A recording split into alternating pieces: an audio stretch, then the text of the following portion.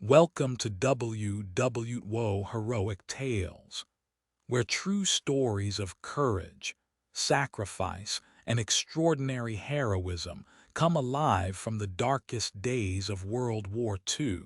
Join us as we uncover the untold moments that shaped history. In the grand tapestry of Operation Overlord, the Allied invasion of Normandy, one small piece of coastline held a disproportionate level of strategic importance. Pointe-Du-Hoc, this jagged promontory, jutting out into the English Channel between the planned American landing zones of Utah and Omaha beaches, was a fortress. Allied intelligence painted a terrifying picture of its defenses. It was believed to house a battery of 6 captured French 100 and 55mm GPF cannons, formidable artillery pieces with a range exceeding 10 miles. From their reinforced concrete casemates atop the 90-foot cliffs, these guns could rain down a torrent of high-explosive shells on both American beaches, turning the landings into a bloodbath before they even began. Taking them out was not just a priority. It was an absolute necessity for the success of the American sector of the invasion. The German defenders, part of the 352nd Infantry Division, were well entrenched.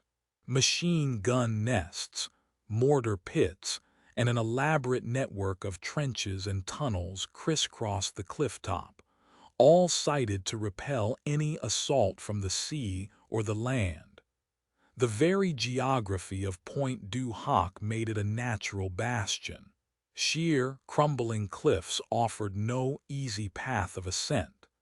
It was a position that seemed impregnable, designed by nature and enhanced by German engineering to be a dealer of death. Allied planners knew a conventional amphibious assault was impossible. Bombing from the air had been tried, leaving the surface a pockmarked, cratered wasteland, but the thick concrete gun emplacements remained stubbornly intact. A direct naval bombardment might suppress the defenders, but it could not guarantee the destruction of the guns within their protective shells. The task required a different kind of soldier, a different kind of plan. It called for an operation of almost suicidal audacity, one that would ask men to do the unthinkable, to attack straight up. The mission was deemed so hazardous, so unlikely to succeed, that one Allied officer, upon hearing the plan, remarked that it couldn't be done. The response from the man tasked with leading it was simple and resolute. He said his Rangers could do the job. The fate of thousands of American soldiers on the beaches below rested on this gamble, on a vertical assault against a fortified cliff face. The target was clear, the stakes were monumental, and the only question that remained was whether flesh and blood could triumph over rock and steel. The men chosen for this impossible task were not ordinary soldiers. They were the U.S. Army Rangers, an elite force forged in the crucible of brutal training and inspired by the British commandos. At their head was Lieutenant Colonel James Earl Rudder, a 34-year-old former football coach from Texas. Rudder was a quiet, determined leader who inspired fierce loyalty in his men. He was not a man given to grand speeches, but his calm competence under pressure was exactly what this mission required. The unit selected was the Provisional Ranger Group, comprising the 2nd and 5th Ranger Battalions. Specifically, Companies D, E, and F of the 2nd Battalion were tasked with the main assault. Their training was relentless, designed to push them to the absolute limits of human endurance. They practiced scaling cliffs on the Isle of Wight in England, using the very techniques they would employ in Normandy. They learned to handle specialized equipment, much of it adapted for this unique vertical battle. Their primary tools for the ascent were rocket-propelled grappling hooks. These devices, based on a British design, consisted of a solid fuel rocket attached to a grappling iron and a length of rope. They were fired from the decks of the pitching landing craft, intended to snag on the cliff top and provide a line for the Rangers to climb. The ropes themselves were 1.5-inch hemp, heavy and difficult to grip, especially when wet and slick with mud. They also carried sectional steel ladders, provided by the London Fire Brigade, which could be assembled and raised against the cliff face. Every ranger was a weapon system in himself, burdened with over 60 pounds of gear. Besides their standard Mohn Garand rifle or Thompson submachine gun, they carried extra ammunition, grenades, and often a sidearm. More importantly, each man carried a specific role in the mission. Some were designated climbers, the first to go up the ropes. Others provided covering fire from the boats. Once on top, their objective was simple: fight through the defenses, locate the 155 guns, and destroy them using thermite grenades, specialized incendiary devices that could melt the cannon breeches and render them useless. Their motto, "Rangers Lead the Way," was more than just a slogan. It was a sacred promise. On D-Day, they were expected to embody it, to be the literal tip of the spear for the entire Allied invasion force. As they boarded their landing craft in the pre-dawn darkness, they were keenly aware that their training was over. The theory was about to become brutal, violent reality. The journey across the English Channel was a trial in itself. The sea, whipped into a frenzy by an unexpected storm, tossed the small British-crewed landing craft assault LCAs like corks. A cold, driving rain soaked the men to the bone, and the violent motion induced crippling seasickness in nearly every ranger. The meticulously planned schedule began to unravel. A navigational error caused the flotilla to initially steer towards Pointe-Du-Hoc, a different headland miles to the east. By the time the mistake was corrected and the boats turned back towards their true objective, they were critically behind schedule. H-hour, the designated landing time, was 6:30 a.m. Rudder's Rangers were supposed to hit the beach at the base of the cliffs precisely at this time, coinciding with the first waves landing at Omaha and Utah.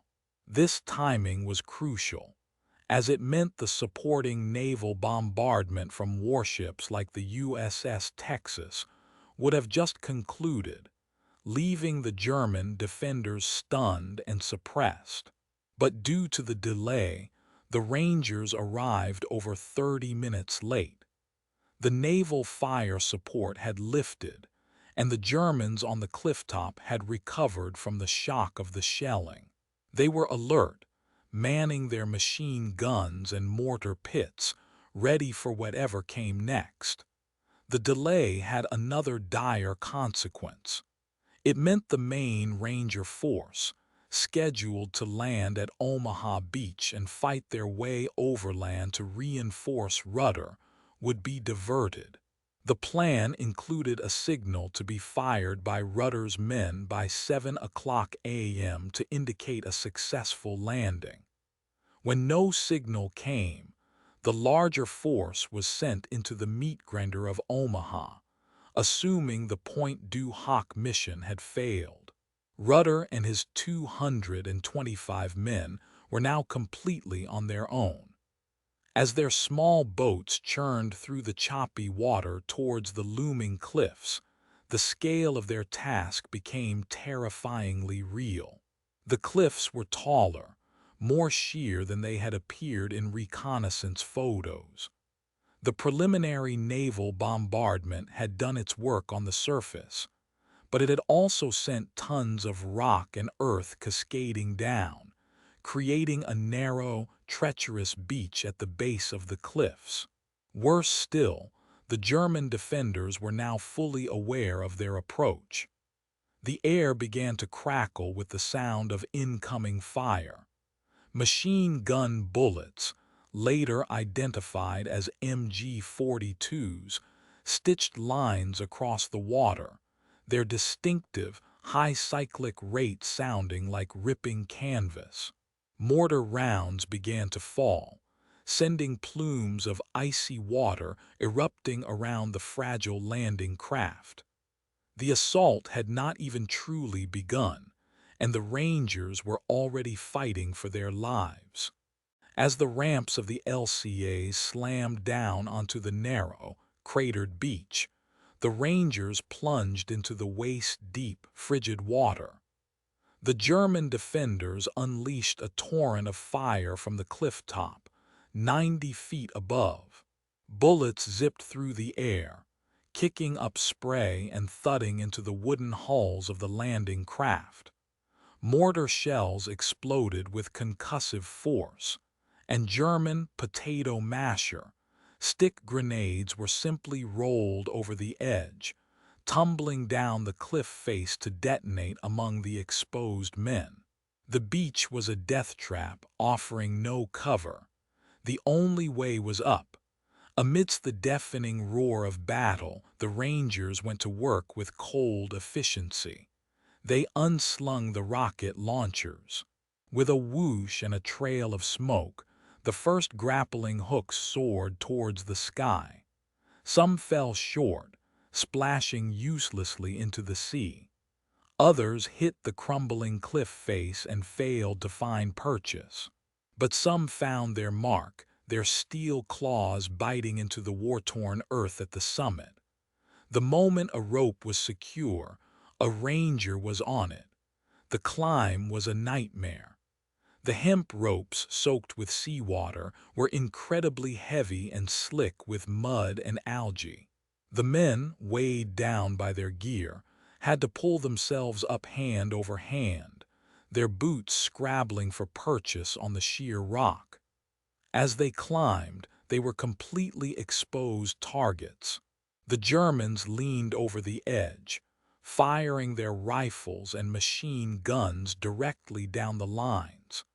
They threw grenades and cut the ropes, sending climbers plummeting to the beach below. One LCA, equipped with an extendable ladder provided by the London Fire Brigade, managed to get its apparatus into position, but it was quickly riddled with gunfire and destroyed. The Rangers adapted with incredible speed. Some men stayed at the base of the cliff, laying down a base of suppressive fire with their Browning automatic rifles and Moen-Garans, forcing the German heads down just long enough for their comrades to gain a few precious feet of altitude. The destroyer USS Satterlee, seeing the Rangers' plight, defied its orders and moved in perilously close to the shore, its 5-inch guns firing directly at the German emplacements on the cliff top, the shells screaming just over the heads of the climbing Americans.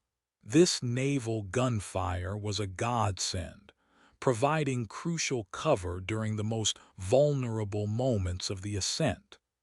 It was a desperate, vertical battle against gravity and an entrenched enemy. Every foot gained was paid for in blood, sweat, and sheer determination. For what felt like an eternity, the fate of the mission hung by a thread, or more accurately, by a few dozen muddy ropes swaying under the weight of heroes. The first ranger to reach the top clawed his way over the precipice into a scene of utter devastation. The cliff top was not the flat, grassy surface they had seen in aerial photos. It was a lunar landscape.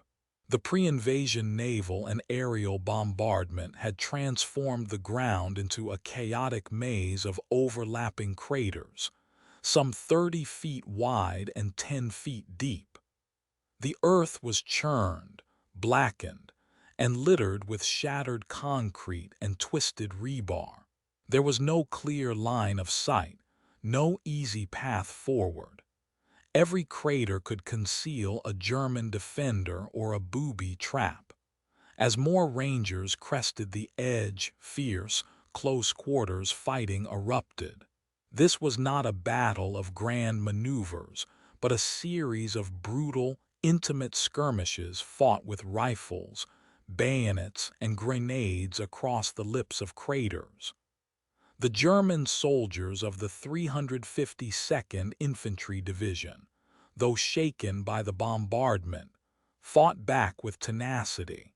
They emerged from their interconnected trench system and underground bunkers to meet the attackers. The air was thick with smoke, cordite, and the screams of the wounded. Visibility was reduced to mere yards, turning the battlefield into a confusing and terrifying labyrinth. Lieutenant Colonel Rudder established a command post in a crater near the cliff's edge, coordinating the assault as his men pushed inland. The Rangers fought in small, isolated groups, clearing trenches and bunkers one by one. Their training took over as they moved with practiced aggression, using fire and maneuver tactics to overwhelm the German positions. A grenade tossed into a trench would be followed immediately by a ranger leaping in, his weapon ready. It was methodical, savage work.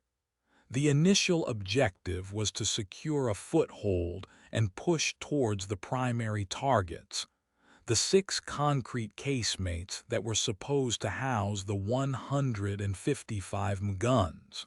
The resistance was stiff, and casualties mounted quickly. Within the first few minutes on top, the small Ranger force had already suffered significant losses.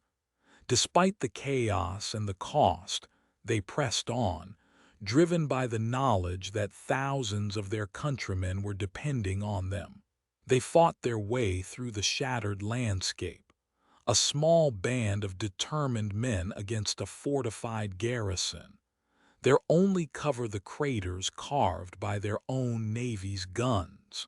The battle for the cliff top was a desperate struggle for survival, a fight to secure the ground they had paid so dearly to reach. Only after this initial, bloody phase was won could they turn to the true purpose of their mission.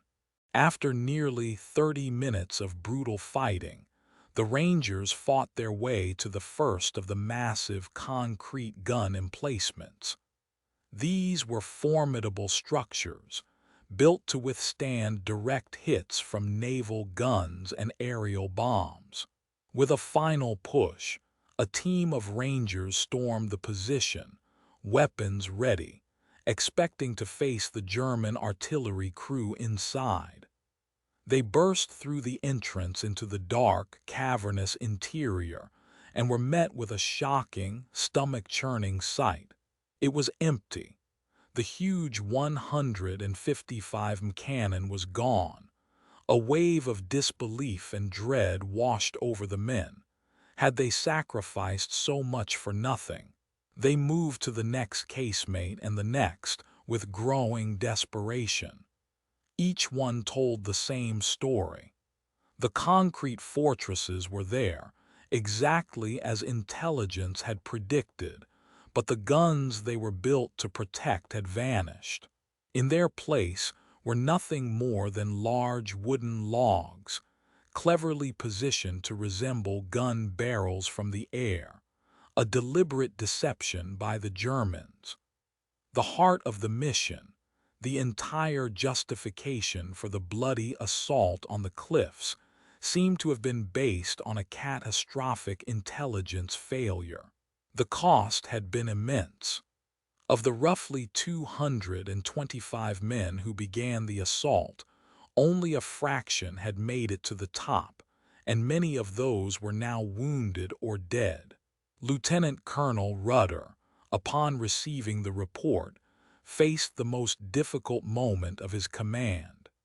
His men had performed one of the most audacious feats in military history, scaling a sheer cliff under intense fire, only to find their objective was a phantom.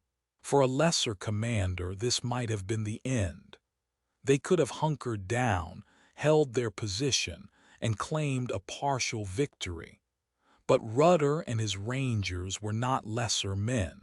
They had been tasked with destroying the guns, and the fact that they were not in their prepared positions did not mean they didn't exist. The Germans had simply moved them. The mission was not a failure yet. It had just become infinitely more complicated. The deception with the wooden poles was a classic tactic, designed to draw the Allied bombardment onto useless targets while preserving the real artillery pieces for the invasion itself. The guns were somewhere nearby, hidden and waiting to unleash hell on the landing beaches. The Rangers' impossible climb had just been the prelude. Now, a new and desperate hunt was about to begin. Refusing to accept defeat, Lieutenant Colonel Rudder quickly reorganized his depleted force. The mission had changed from a direct assault to a search-and-destroy operation deep in enemy territory. He dispatched small patrols, consisting of just 2 to 4 men each, to push south, away from the cliffs and inland towards the main coastal road connecting the villages of Grand Camp and Vierville. The Rangers moved cautiously through the shattered landscape, then into the dense Normandy hedgerows, known as the bocage. This terrain was a defender's dream, a maze of small fields bordered by thick earthen walls and overgrown hedges, perfect for ambushes. Around 9 o'clock a.m., one of the patrols, led by Sergeant Leonard Lommel and Staff Sergeant Jack Kuhn, made a critical discovery. In a sunken lane, they noticed tracks in the soft mud, wide, heavy tracks indicative of artillery pieces being moved recently. With extreme caution, they followed the trail. The tracks led them about 1,000 yards inland from the battery positions. Peering through an opening in a hedgerow, Lommel's heart pounded. There, camouflaged with netting and branches in an apple orchard, were 5 of the missing 155 guns. They were arranged in a firing position, aimed directly towards Utah Beach. A German force of about 100 men was nearby, seemingly preparing the guns for action. The Rangers had found their prize. Realizing they were heavily outnumbered, Lommel and Kuhn knew a direct assault was suicide. They had to act quickly and decisively. They raced back to find another Ranger, and then the small team returned to the orchard.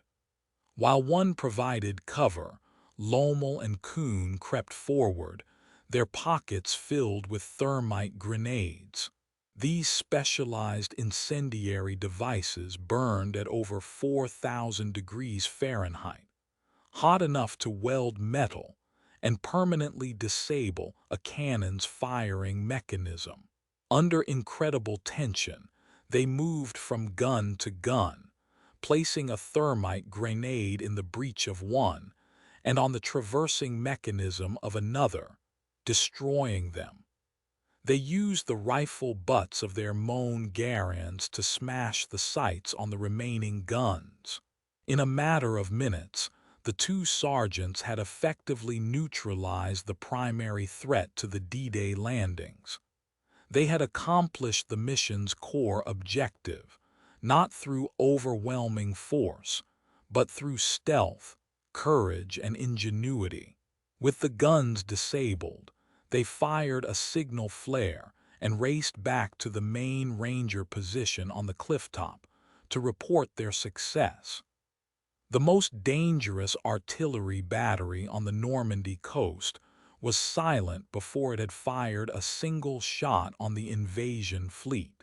Destroying the guns was a monumental victory, but the Rangers' ordeal was far from over. By neutralizing the battery, they had punched a hole in the German coastal defenses, and the enemy was determined to plug it. Rudder's force was now an isolated pocket of American resistance, cut off from the main invasion force and surrounded by the enemy. They controlled a small, cratered piece of French real estate, about a square kilometer in size, with the sea at their back and German forces on the other three sides. Their orders were to hold the position and block the crucial coastal road until relief arrived from Omaha Beach. That relief was supposed to arrive within hours. It would not come for 2 days. The Germans of the 352nd Infantry Division, realizing the strategic importance of the position, launched a series of determined counterattacks. They struck from the south and the east, using the cover of the hedgerows to creep close before launching their assaults. The fighting devolved into a desperate siege. The Rangers, outnumbered and outgunned, used the craters and trenches as a ready-made defensive network. The battle was a relentless cycle of German attacks followed by brief, tense lulls. The Rangers fought with everything they had. As ammunition for their rifles and machine guns dwindled, they scavenged weapons and ammunition from fallen German soldiers. Food and water became scarce, and medical supplies ran dangerously low. The unit's medics worked tirelessly in the bottom of craters, tending to a growing number of wounded men under constant fire. Lieutenant Colonel Rudder, though wounded twice, refused to relinquish command or be evacuated. He moved from position to position, encouraging his men, directing their fire, and organizing the defense of their shrinking perimeter. His leadership was a beacon of stability in the swirling chaos of the battle. The Rangers could hear the distant roar of the fighting at Omaha Beach, a constant reminder that they were not entirely alone, but help was not coming. They were on their own, a tiny island of defiance against the German army. For 2 days and 2 nights they held on, repelling multiple major counterattacks and constant infiltration attempts. It was a battle of sheer grit and endurance, a testament to the toughness and training of this elite unit. On the morning of June 8th, D-Day +2, the ordeal of Rudder's Rangers finally came to an end. Elements of the 5th Ranger Battalion and the 116th Infantry Regiment, having fought their way off Omaha Beach and pushed west, finally broke through and linked up with the beleaguered defenders of Pointe-Du-Hoc. The relief force found a scene of utter devastation and exhaustion. The clifftop was littered with the detritus of a savage battle, and the surviving Rangers were gaunt, blood-splattered and hollow-eyed, but they were unbroken. They still held their positions. The human cost of this incredible victory was staggering. Of the more than 225 men of the Provisional Ranger Group who had set out from England for the assault, fewer than 90 were left able to bear arms. The unit had suffered a casualty rate of over 60%. The climb itself had claimed 15 men killed or wounded before they even reached the top. The subsequent 2 days of fighting for control of the clifftop and holding off counterattacks had bled the unit white. Every crater seemed to hold a story of sacrifice. Men had fallen while climbing the ropes, while storming German bunkers, and while defending their small perimeter against overwhelming odds. Medics had been killed while tending to the wounded. Leaders had fallen while rallying their men. Lieutenant Colonel Rudder himself had been wounded in the leg and shoulder, but had remained in command throughout the entire 48-hour engagement, a symbol of the unyielding spirit of his unit. The numbers alone, stark as they are, cannot fully capture the price paid. These were young men, many in their late teens and early 20s, who had been asked to perform a mission so dangerous it was considered by some to be impossible. They had not only performed it, but had exceeded all expectations. They had scaled the cliffs, found and destroyed their objective through initiative and bravery, and then held their ground against a determined enemy for 2 long days. Their success ensured that the heavy guns of Pointe-Du-Hoc never fired upon the thousands of American soldiers landing on the beaches below, saving countless lives at the cost of their own. The legacy of their sacrifice was immediately apparent to the men who relieved them, and it would soon become a legendary chapter in the history of the U.S. Army.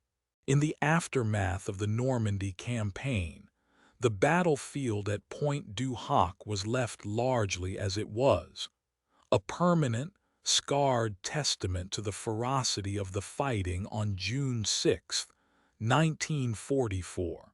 The ground remains a chaotic landscape of interlocking craters from the naval bombardment, a tangible reminder of the hellish environment the Rangers fought in.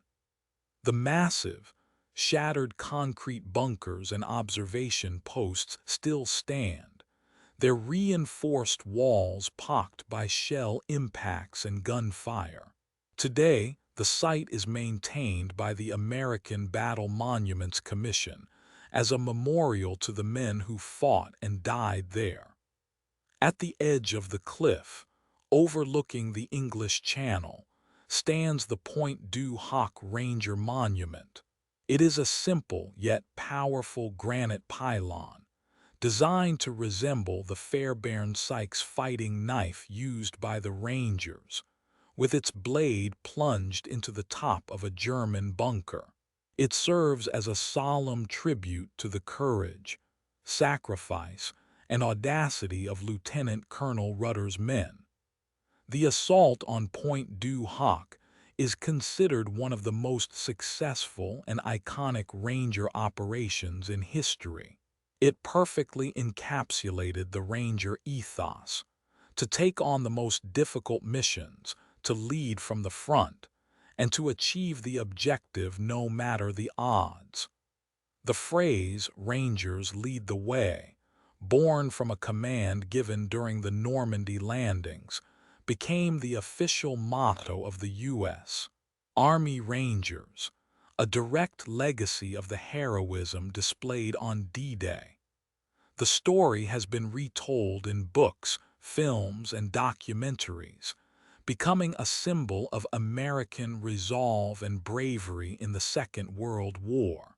On anniversaries of D-Day, U.S. Army Rangers from the modern 75th Ranger Regiment often travel to Normandy to recreate the climb, honoring their forebears and ensuring that the memory of their feat does not fade.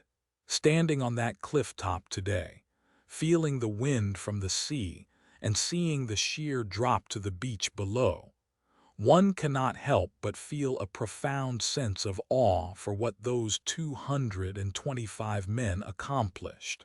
Their legacy is not just carved in the stone of the monument, but is etched into the very soil of Normandy, a permanent reminder that in the face of impossible odds, extraordinary courage can change the course of history. Thank you for joining WW2 Heroic Tales.